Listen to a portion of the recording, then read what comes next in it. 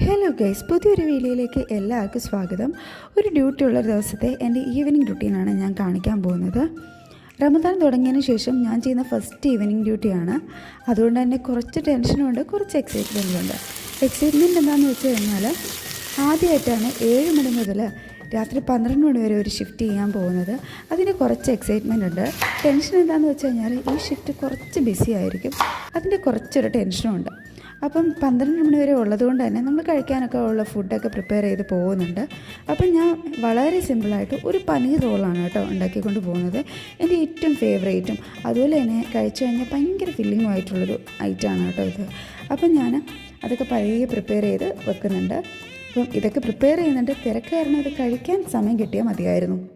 അപ്പോൾ അതെല്ലാം പതിയെ പ്രിപ്പയർ ചെയ്തതിന് ശേഷം ഞാൻ ഒരു ചായയൊക്കെ ഉണ്ടാക്കുന്നുണ്ട് കേട്ടോ. ചായയൊക്കെ ഉണ്ടാക്കി പതിയെ പുറത്ത് പോയിരുന്നു കുടിക്കുന്നുണ്ട്. അപ്പം ഈ ചായ കുടിക്കുമ്പോഴൊക്കെ എൻ്റെ മനസ്സിൽ മെയിൻ ടെൻഷൻ രാത്രി തിരക്കുണ്ടാവില്ലേ എന്നാണ്. കാരണം തിരക്കുണ്ടായിക്കഴിഞ്ഞാൽ പിന്നെ പോയി, അന്നത്തെ ദിവസമേ പോയി.